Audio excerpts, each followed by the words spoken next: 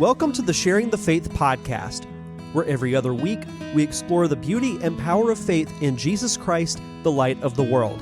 Now here is your host, Dr. Tom Neal. Well, hello, everybody. Dr. Tom Neal here again with another episode of Sharing the Faith. I'm so grateful that you have joined me today. And this podcast, which we have every other week, is a production of the Diocese of Pensacola-Tallahassee. And as is usually the case, I have today a conversation partner that I just feel can share some really remarkable insights with you. I've known this gentleman for a few years now. I'll talk a little bit about that in a moment. But Peter Andrastek, Andrastek. Yeah, there you go, Andrastek, yep. Peter Andrastek joins us today from, don't tell me, Wisconsin. Yes. Mm-hmm. Wisconsin. It's great to have you with us today, Peter. It's great to be here. Thank you. Yeah, very excited. So let me tell you a little bit about Peter today. So Peter serves as a senior ministry consultant with the Evangelical Catholic, where he equips Catholics to live out the Great Commission through intentional evangelization and discipleship. With a master's degree in pastoral theology from Ave Maria University, he has worked in adult faith formation since 2003, teaching, preaching retreats, and presenting at parishes, dioceses, seminaries, and Catholic institutions across the country and beyond. Peter has written for the Church Life Journal at Notre Dame, which actually we will talk about one of his articles there today, and for Evangelical Catholic's own platforms, offering practical insights on evangelization and discipleship. Peter also has helped guide a global network of over 100 ministries, including dioceses, parishes, and even military bases, toward a mission-focused vision of church life. He lives in Menominee, Wisconsin. Menominee Falls, yep. Menominee Falls, Wisconsin. Menominee Falls, yes. And I want to say that Sesame Street song when I say that name. Do you know what I'm talking about? I think I do, yeah. Menomina or something. Yeah. You got to tell me about Menominee Falls with his wife and their 8 children, right? Yep. Well, now there's 6 at home now. The 2 oldest are off to college, so 6 at home and 2 away. Yep. 6 plus 1 exchange student. So you've got an exchange student living with you. Yep. You have a full, busy, lively household. Thank you for your generosity and family life, by the way. But it's a pleasure. So I got to know Peter. He very generously responded to me. I read his article that we're going to talk about today back in 2022 on Church Life Journal. The article is entitled, "The Catholic Church Lacks an Imagination for Lay Agency." And I read that article and I was so taken with the argument that I reached out to him, found him online, reached out to him, emailed him, and asked him if he'd be willing to have a conversation with the seminarians I was teaching at the time at Notre Dame Seminary in New Orleans, which he graciously did and provided an overview, especially of his work with Evangelical Catholic. And since then, Peter and I have just kept up a conversation about these topics, and I have benefited immensely from our ongoing conversation. So today, Peter, I'm going to pick your brain on that article. And I highly recommend people read, if they go to Church Life Journal, which just in general has marvelous articles on it, which are very worthwhile reading. But he has a couple of articles in this series, but the one that's called "The Catholic Church Lacks an Imagination for Lay Agency." I want to talk about that article today and just dive into that. Is that all right with you? Sure, let's do it. Excellent. Let's do it. So let me begin. I wrote the questions out because I want to be specific in the things that I looked at in the article I want to focus on today. So in the article, you cite at one point Father Michael Sweeney. Father Michael Sweeney has an assertion where he says, quote, "Formation of the church has always been for the sake of mission, and that as a church, we have no imagination for lay agency." So could you unpack what that means, imagination for lay agency, in some concrete terms? Sure. So we have conceptual clarity of the lay vocation. You read the decree on the apostolate of the laity. You read Christi Fidelis Laity and other such documents. So the concept is clear. there's a distinction between our conceptual clarity and our imaginative vision. Okay, our imaginative vision for life is something that involves but kind of precedes discursive thought. You live life, and your experience shapes your imagination. Your experience shapes the way you look at the world and interact with the world, and you create this imaginative vision within yourself for what it means to interact in the world. And so that's what I mean by an imagination. Okay, the Catholic Church lacks an imagination for it. Yes. And you're going to talk about this probably, but when you say lay, so what exactly would you mean, or what the church means when it's talking about the laity in this case? Maybe you'll talk about that. Sure. Yeah. The laity are all those, we could define the laity negatively in the sense that all those people who are not ordained or who have not taken the religious vows, consecrated religious. Positively, see, again, like if you don't put these in positive terms, what do you do with it, right? Well, we're all those people who aren't serious Christians, right? No, not at all. We have a different vocation. Our vocation is to seek the kingdom of God in and through the secular realities of life: work, civic life, culture, family. So we have a secular nature or a secular character. We meet God and bring God to the world. If we seek to remove ourselves from the world, we are seeking to remove ourselves from our vocation. You could say that it's our office. Okay, our office, our ecclesial office in the church, is to be secular, whereas the office of pastor is to he's got an ecclesiastical office. He's in the church. He has ecclesial governance, things like that. Sure. Very good. So our imagination is shaped by our experience. Our experience of holiness is largely shaped by the saints, and the saints are the popular stories of the saints are very predominantly religious and clergy. It's wonderful. Like these are, what I would call infallible examples of holiness. You look at them, and this is the church has canonized them. So these are authentic witnesses to holiness, but their state in life is different than ours, and so it's not always very simple. In fact, it can be very difficult to translate that into the life of someone who is living and working in the secular world. So we have conceptual clarity of like, for example, I can say the lay vocation has a secular character. We seek God in and through the secular realities of life. That's very clear and concise.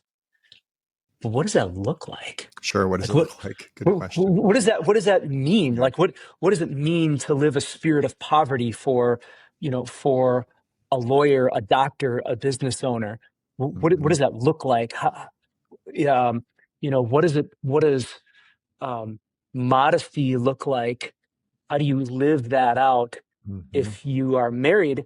And actually, you should be looking hot for your spouse. Like how do you do that, right? So that's kind of like the first part of that. We lack an imagination for lay agency. That's what I mean by imagination. What does it look like? What does it feel like? What's it like from the inside, as distinct from conceptual clarity? The lay part is that secularity. Agency, what is that? Well, I think agency, a way to understand agency is we have the dignity of being a cause. Okay, that's one way of looking at it, like a philosophical way of looking at it. An agent is someone who has causality, who can affect something. Okay, maybe a simpler way of looking at it is that we have like I said this a few minutes ago, we have an office in the church. We're not simply collaborators, as Pope Benedict said. We're not simply collaborators with the clergy, an extension of the hierarchy. Rather, we are co-responsible for the life and mission of the church. We have a responsibility along with the clergy that is legitimately different than theirs. Mm-hmm. Their office is, you could say, a little bit more ad intra. Our office is perhaps more ad extra. Our office is secular. So I'm borrowing that term from canon law, office. Right? It's a The munus. position. Yep. Mm-hmm. Right. So our office in the world, our post in the world, is our post or office in the church, such that ordinarily, if we were to remove ourselves from our post in the world, that would be equivalent to leaving our post in the church. So I have an office in the church that is exterior, and I have a role, I have a job, you could say. I am a protagonist, secondary, obviously. The Holy Spirit is the primary protagonist, but I'm a secondary protagonist in the church, for the salvation of the world. And that happens exterior, you could say, or external to ecclesiastical ad intra functions. And that's what we mean by agency. I have an office, I have a function that no one can substitute. So let's dig a little further into that. That's really helpful, by the way, kind of setting up what's lacking. So the imagination is lacking for, as you talked about, a lay agency, understanding who the laity are, what their understanding of their mission is. And you said we are lacking. So when you mean we are lacking, you're meaning as a church as a whole in our discourse. So you mentioned the saints, for example. We have an enormous, cloud of witnesses among our canonized saints, but most of them are religious and clergy and have lived a particular way of life that is not really much, kind of consonant with the secular lay vocation. You can imagine, giving up all your possessions, living renunciation of celibacy and so on, dedicating your lives to the things of religion and not to the temporal order or the things of the world. So who is the we? The we is the saints. We lack it in terms of our canonized witnesses. We don't have many that are genuinely secular, but who else are the we that's lacking this, that you see in this article particularly needs to really work at developing a lay agency vision? Yeah, everyone. Everyone. Everyone. Very good. Yeah. It's all encompassing. It's a real problem. Totally. Now, I want to come back to that, but I want to actually just offer a little clarification. As you were saying this, I want to guard against people hearing me as saying, "Oh, we need equal representation in the church." The church has been ignoring That's not what I'm saying at all. Okay, that's not what I'm saying. You could say like this: over 99.9% of the church are lay. Okay. Over 99.9, okay, are lay faithful. But the vast majority of canonized saints and their popular stories are from religious and clergy. I'm not saying that this is unfair. I don't know why that is. I don't know why. Maybe it's because, for the most part, the lay faithful have been lukewarm. Maybe that's it. I don't know. Maybe it's because just what we do, by its very nature, passes unnoticed, like the soul is to the body, like the soul passes unnoticed. It's in every part, but you're not fully aware of it, right? And so, things like that are done in a public manner that are recognizable as like holy or other, those are oftentimes not performed. So there might be thousands of canonizable saints roaming around in the world, and perhaps hopefully millions, I don't know, throughout history. And because they passed unnoticed, we just haven't had the chance to recognize them. Maybe we didn't know what we were looking for. I don't know. So I just want to be real clear that this is not a cry for equality or anything like that. That's so far from what I'm saying. Okay, so I just want to get that out there. I hadn't really thought about that until just now. I was like, oh my gosh, I don't want this to be misconstrued. You don't want it to some come weird, I got it. Like lay power thing. That would be weird. So that would actually be clerical. So, What was the question again? Sorry, I lost my. That's always a great question. So it's excellent. And let me, by the way, and I'm going to ask the question again, but I want to say to you how perfect we're recording this on September 10th. Just a few days ago, two lay saints were canonized, Carlo Acutis and Pier Giorgio Frassati, who genuinely were secular, by the way, as you know. Totally. Yes. So a remarkable kind of addition to the communion of saints in the canonized world, to that story, but without the competitive kind of, well, we need equal representation, et cetera. But the question was, so who lacks lay agency, imagination? Like, where is the kind of centerpiece of this lack coming from? And then where can the change come? Yeah. My short answer was everyone's lacking it. Okay. So for just Joe Catholic lay people, we're lacking it because oftentimes, when we hear about holiness, okay, and maybe we undergo a conversion, like have a conversion experience, the tendency is to go kind of like one of two ways. And obviously, I'm going to caricature this a little bit, but one way is to think like, oh my gosh, I have to somehow imitate a monastic religious sort of a spirituality. And so I'm going to just immerse myself in like parish stuff. I'm going to try to distance myself from secular things. I'm going to wish that I could be on retreat every weekend. I'm going to, like become kind of quasi-religious in my day-to-day life. That's like one way that people tend to go, which is oftentimes not sustainable and kind of off-putting oftentimes to the people around them. Okay. And they don't do much for the apostolic dimension of their vocation, the church's vocation. The other end of the spectrum is that people maybe have this experience and they feel that interior dissonance and they think it's just not sustainable, it doesn't work. And so they say, well, that's just not for me. Maybe this is just not for me. Okay. And I think a lot of people actually, preemptively kind of maybe not explicitly think that, but there's something that just kind of grinds against their imaginative vision for life about that. And then preemptively they distance themselves from that. Like guys will be like, I'm not about that churchy stuff. Guys will say that sort of thing. That's right. So I think that's one thing.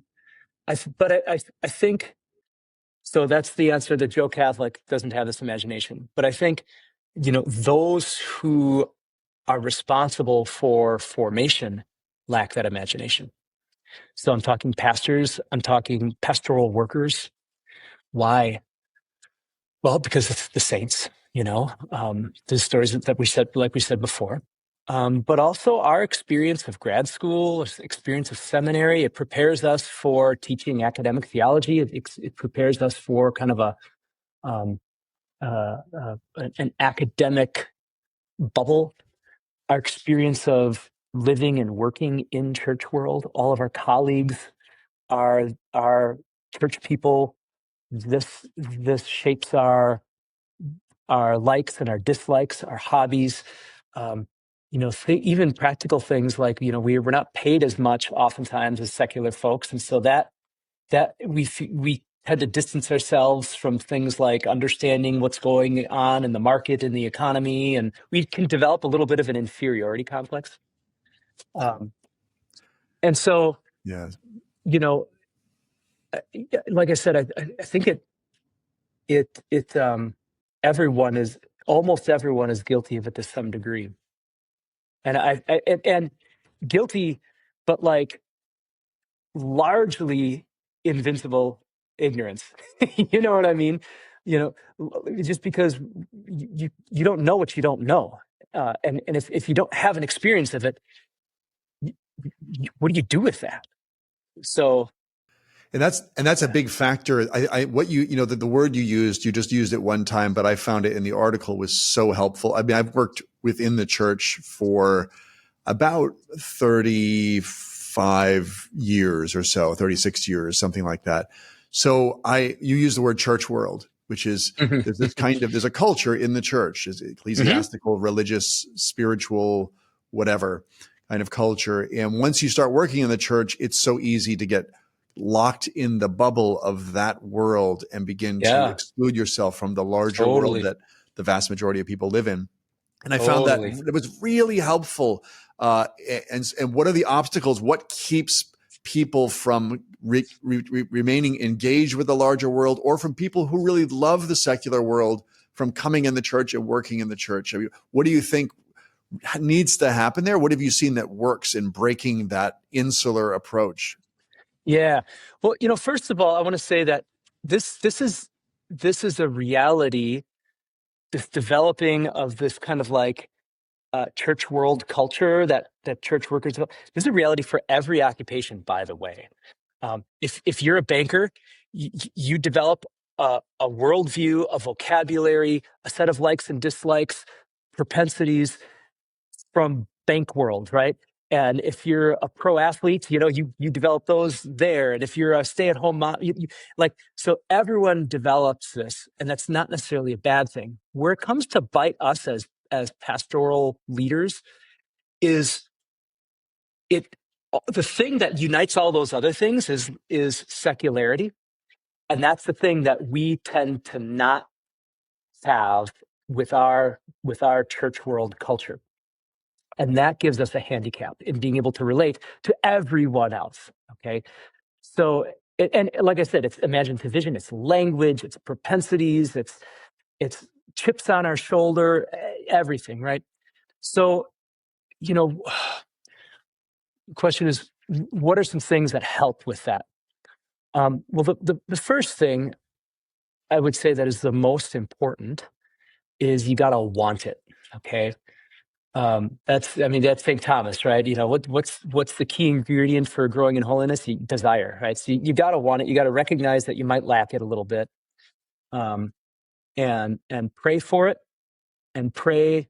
Ask, even if you don't want it, ask the Lord. Tell him that you want it. No, and actually, I love that. And Deacon Jim Keating. Do you know Deacon Jim Keating or his work? I know the name, but yeah, I don't know. Yeah, he was with IPF, Institute for Priestly Formation. He's down at Kendrick Glennon Seminary down in St. Louis now. But he wrote an article one time that was named. The title was "Priests Be Fascinated with a Lay Vocation." Be fascinated with a lay vocation, and the whole article spells out what that fascination means. Like, your primary interest in life is their world, and so immerse yourself in it. So that's what you're talking about, isn't it? Yes. Yep. Like a parent, like as a parent, you have to, your primary interest needs to be your kids, and your spouse.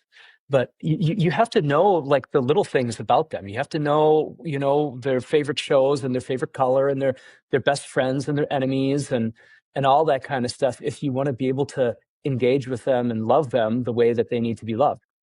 And if you want them to like you and love you. So totally.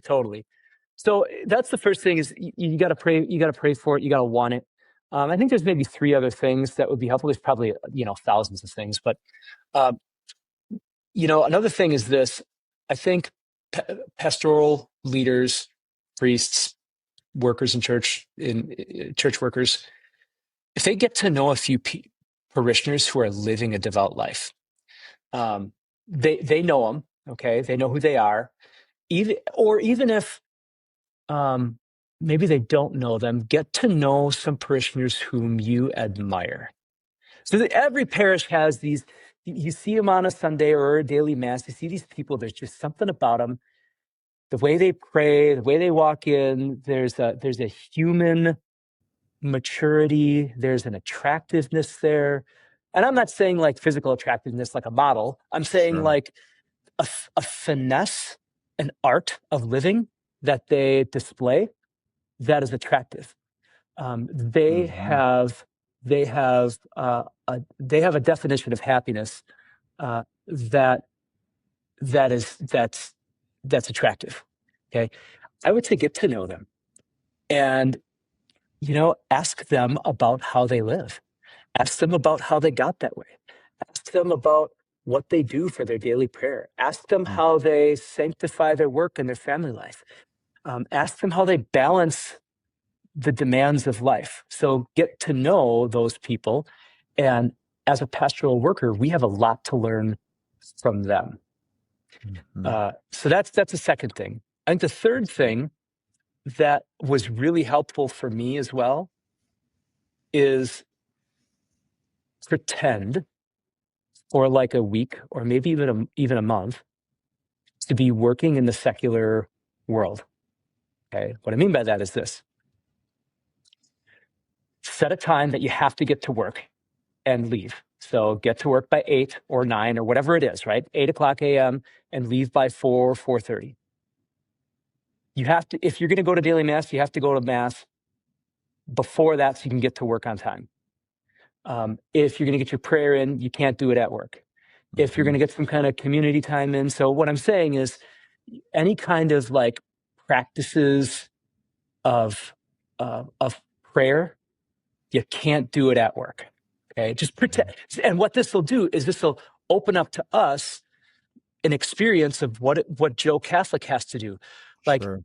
if you're a doctor and you got to get to work by 7:30, 8:00 in the morning, and you don't get home until 4:35 at night, 4:30 or so, don't get done, and you want to get to daily mass, you have to find a mass somewhere else that allows you to do that. If you want to get your daily half hour of mental prayer in, you got to figure out how to do that. You can't just walk across the hall, pop into church, and leave. You know, if you didn't get your prayer in this morning or whatever, you can't just walk over there and do it, right? So I would say pretend to be a secular lay worker and adopt those, you could say, constraints for a time being, so you can see what it feels like to live within those constraints of the kind of sacrifice that's necessary. Also, oftentimes in church work, we tend to develop kind of a resentment for the more secular aspects of our work, the administrative stuff, the business That's type true. stuff. Yes. And why did we get into church work? Well, because we love the theology and we love forming people and we love the relationships. Okay, fine, that's great. But for the time being, really begin to focus on those other aspects of work. Fight the urge to resent them. Resentment is in the will. It's not simply an emotion. You can be emotionally off-put by those things, but press into them and strive to sanctify them, strive to sublimate them, strive for excellence. And that's the kind of stuff that the engineers and the teachers and the police officers, that's the kind of stuff they deal with on a daily basis. And so just, pretend for a month that you have a secular job and press into that. And try to figure out, well, what kinds of human virtues do I need to develop to live those things well? And you'll find that it's the human virtues that are actually the matter that grace informs. If those human virtues lie dormant, grace has nothing to sanctify. Grace has nothing to elevate. So it's the diligence, the loyalty, discretion, tenacity, those types of virtues and those types that are enacted in very specific, concrete human actions that will actually give a new and profound meaning to faith, hope, charity, and the other supernatural virtues. So that's a really helpful, very practical way of thinking about how you can cultivate this imagination on a regular basis by doing those things, those stepping out of your comfort zones, entering into other people's worlds, allowing their imagination to inhabit yours. I think those are super helpful. And I'll tell you that there's one seminarian who, after we had that session and read your article, and we discussed at length the idea of the importance of imagination in forming people. Like if you get people's imagination, you have them. I mean, that's what so much of the kind of entertainment world, the world of theater, literature, the great works of art grab your imagination. And so anyway, this seminarian guy became a priest. And when he became a priest, he's a parochial vicar, so he's not the pastor, but he asked the pastor if he could gather together a group of lay people to be like a think tank for him, or Awesome. what he called an imagination tank for him. That's great. And, Yeah. you know, there are mechanics, there's a hairdresser, there's a lawyer, there's whatever other professions. And they get together once a month and he has them just talk. Tell me about what it's like. Tell me about your world. And he asks them particular questions. And he's been doing that for a while. And it really has helped him to think differently in his preaching, in his way he gives advice, and just the way he ministers. So I think what you're talking about there is bearing fruit precisely because of the way that you've cultivated this approach to forming yourself as a leader in the church, as a pastoral minister or as a cleric. That's awesome. That's I love to hear that. It's so necessary. You know, we think in terms of, those of us in church world, we tend to think in terms of philosophical and theological categories. And that's great. I mean, we're thinking according to our profession, according to our training. An engineer thinks in engineering terms and, you know, calculus and all that kind of stuff. And a physical therapist, you know, can't help but to notice in the world when people are limping and those sorts of things. And they can't help but to notice when someone has bad posture, all that kind of stuff, right? So without losing that, you know, we have to become, you know, very preoccupied with the people who we are charged with forming. Mm-hmm. And I think we oftentimes develop a little bit of a chip on our shoulder. We tend, as church workers, we tend to sometimes set ourselves up as some kind of competition with secular stuff, right? So like, okay, we have a program on Thursday night and no one comes to it, or only a few people come to it. And we hear that it was because of, you know, some show that, you know, premiered that night, or there's, you know, soccer or something like that, right? And we get all ticked off about that. I would challenge that as the wrong attitude. We tend to think that people have their priorities messed up. Maybe they do. Maybe. I don't know. But if that's our interior disposition that we adopt, that will manifest itself. Imminent activity, sooner or later, flows transitively. We're gonna reveal it. Jesus said, "Out of the overflow of the heart, the mouth speaks," and I would add to that, and the body language speaks, and all of that. Out of the overflow of the heart, our body speaks. All of these things speak, and so we have to work on our disposition and say, rather than saying, well, people have their priorities messed up. If that's our starting point, we're gonna radiate that. We need to adjust that and work hard to adjust it as more like, not they have their priorities messed up, but oh my gosh, like what an awesome opportunity to sanctify those activities. You know, we shouldn't be competing for those things. We need to be thinking in terms of how do we help people to sanctify those activities, because those activities are part of their vocation. Yeah. And our vocation, our vocation as church workers is to form them. And not only to form them, but to engage in ecclesial or pastoral governance, which is a form of accompaniment that helps to empower people to live their charisms. So, you know, we need to help people form them, which excites their charisms. And then we have as church workers a sort of grace estate. We can see the various pastoral needs of the community and things like that.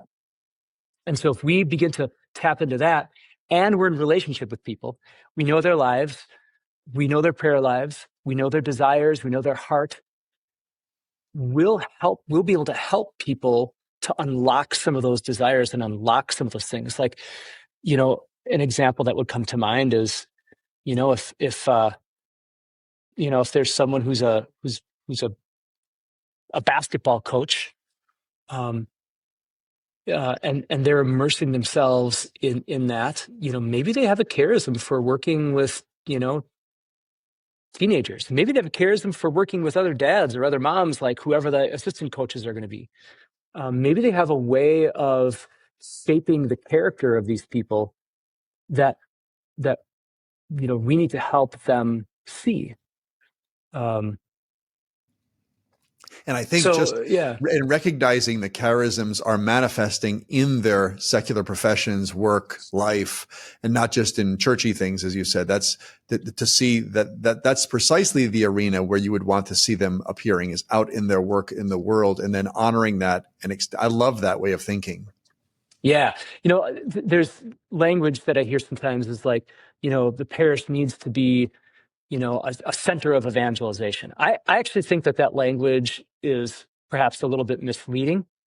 And now, okay, again, I'm not talking in very technical terms here. I'm talking in terms of like common parlance, right? So we could say, well, what is a parish? Well, it's a juridical, it's a territory, it's a stable, community of people, all these things. Okay, fine. But when people hear the word parish, they think of the building and the grounds. And when they think of a parish and evangelization, they think of things that we're going to do like at the parish, in the parish center. That's generally where people's minds go, okay? And so when we think parish as a center of evangelization, we tend to think of, well, the parish is the place where evangelization happens. I would argue and say sure, evangelization, if someone comes to the church who needs to be evangelized, we should be ready to do that. But the primary locus of evangelization really is the secular world. 90%, of Catholic, maybe it's not that high. Let's just say, let's be generous here. Let's say 60% of people who profess themselves as Catholic, don't go to mass regularly. Okay, which means that they're not coming to the church. So if these people need to be evangelized, guess where they're not going to be evangelized? At the parish, because they're not going there, right? And not to mention all the other people who aren't Catholic, who aren't Christian, okay? They're not going to come to the parish. And so the primary locus of evangelization, the turf of evangelization, is the secular world. If my office is a secular office, that means that my jurisdiction, where the scope of my authority and power to live and manifest the gospel, my jurisdiction is wherever I am. It's going to be my family. It's going to be my workplace. It's going to be my neighborhood. It's going to be the ball field. It's going to be the gym, the shooting range, wherever, right? And so people, if that's my vocation, I can't grow in holiness apart from my vocation. So if the parish is trying to wrangle me away from those things or giving me formation that has nothing to do with that, it's actually counterproductive to my own holiness. It's counterproductive to the church's mission. So we need to rethink the way that we give formation so that we're empowering, equipping people to be salt, light, and leaven out there. Churches not as centers of evangelization, but as centers of evangelical formation or apostolic formation. So anyway, that's a little bit of a soapbox. No, maybe that's our next episode, because I'd like to do a continuing conversation on this, because this to me is one of the most important topics I can imagine, especially for people who work in the church, but for obviously the faithful in general. Is this rethinking of the parish's mission as not building centered and campus centered in the parish, where the goal is to bring people in there, get them to do things, and then we've succeeded. So I think that reimagining is so big and requires a process. And next time we can talk about maybe how Evangelical Catholic that you work for helps create a new culture that actually moves the parish in that direction, which is, I think, brilliant. But to end, we got maybe about 5 minutes left. I want to say this. This is what I appreciate so much about your article and your approach and Evangelical Catholic's approach in general. There's not a lot of it out there, honestly, in my experience. Cultivating a genuinely secular spirituality for the laity that's oriented towards how you live and abide in the world as someone who inhabits it as your natural home, as difficult as it is. It's a fallen world, but that's your natural place, the natural theater, and where you're made a saint. I think about another, Deacon Jim Keating, whom I'm friends with, we talked about these topics so many times over the years. And one time he said, one of the things we need to do is we need to cut the world some slack in the way that we preach and teach about the world. In other words, yeah, the use of the language of world in most preaching I've heard is always pejorative. It's always negative. Yes. The world is the problem.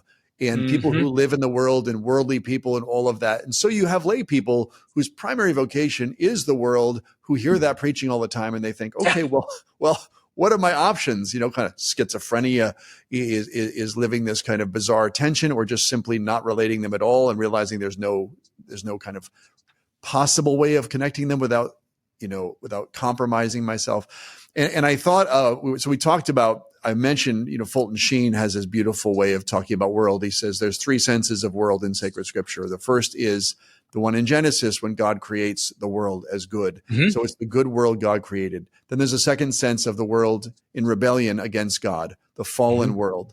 And that's the sense of world we often privilege in our way of speaking about it. And then the third sense of world, he says, is the theater of redemption. I love that image. And it's where John 3:16 fits in. God so loved the world. So the third sense should always be the primary sense that we speak about the world. And that's what I guess you do so well, is put it in that context. So maybe just any thoughts on that at the end here. Yeah, I don't know who said this. Maybe it was Cardinal George. You cannot evangelize what you don't love. And if we are looking at the world with suspicion, with fear, with anger, we're not going to evangelize it. We need to passionately love the world in such a way that we strive to co-redeem it with Christ. And yeah, there's a balance there, and there's dangers and all of that. Like that's for sure, right? But we can't be obsessed with those things. I mean, I've been learning a lot about brain science lately, and we have our brains, from the beginning, we've evolved such that negative emotions capture our attention more than positive, because it saves our life. Okay. If I hear a twig crack behind me in the woods, I should be a little scared because it might be a bear. Okay. So it makes sense that we tend to gravitate toward those negative presentations of the world. It produces a more consistent response. We deal with it more readily. It's at the front of our mind. But if we're always living in that state where our like more primitive brain is always kind of primed and ready to go, we're gonna have a constant drip of like negative disposition toward the world, and it's just not going to work. It's unattractive. It's unattractive, and it's stressful. It's not adventurous. And I think we need to pray to passionately love the world. I think we need to press into our hobbies and our likes and our dislikes, strive to form our consciences, and that the conscience really is the theater of redemption. And that's the only way forward, rather than like flat out condemnations of things. I would be remiss if I didn't recommend a homily to read. Okay. One of the most formative things that I've read on just this notion is a homily by Saint Jose Maria Escriva. It's called Passionately Loving the World. Anything by him. I mean, this guy had a charisma for it. Anything by him. He had a charisma for lay spirituality. In fact, I think John Paul I, John Paul II, mentioned that, he said that St. Francis de Sales developed a spirituality for the laity, and Jose Maria developed a spirituality of the laity, or something like that. Oh, I like that. So that homily, and anything by him, but that homily in particular really gets at this passionately loving the world, understanding what's good about the world, and how we are the solution. Excellent. Well, that's a perfect way to end, by the way. And since Saint Jose Maria Escriva really in many ways is the patron of this whole vision we're talking about, because of his work with Opus Dei and just his work in developing a unique spirituality of the laity from within their world, not just as an outsider looking in, affected the council and subsequent teaching of the church. And so we maybe place this conversation under his intercession and move towards our next conversation, which will begin with that extraordinary image you used at the end, which is the conscience is the real theater of redemption. I think that's extraordinary. How do you form consciences and have your conscience formed in that way for the life of the world? So we'll move that way. Thank you so much, Peter, for this really fascinating conversation. Yeah, thank you. It's an honor for me to be here. Thank you. Excellent. And where can people get a hold of you if they want to? evangelicalcatholic.org. That's the best place to start. Yep. If they want to reach out to me in particular, just go to the staff. And then I think my email is in there. So Excellent. Well, real pleasure to be with you. Thanks for your time. And I look forward to our next conversation. Blessings on your family and your Thank you so much. Okay. Thank you for joining us, everyone, for another edition of Sharing the Faith. It's been a pleasure to be with you today with Peter. May God bless you. And thank you again for joining me. In 2 weeks, I'll hope to see you again. Thank you for tuning in today to the Sharing the Faith podcast. If you would like to learn more about the podcast, visit ptdiocese.org/sharingthefaith. If you listen to the audio version through an app such as Apple Podcast, Spotify, or iHeartRadio, be sure to rate, review, and comment. If you watched on YouTube, be sure to like and subscribe or leave a comment on the episode. Thank you for listening.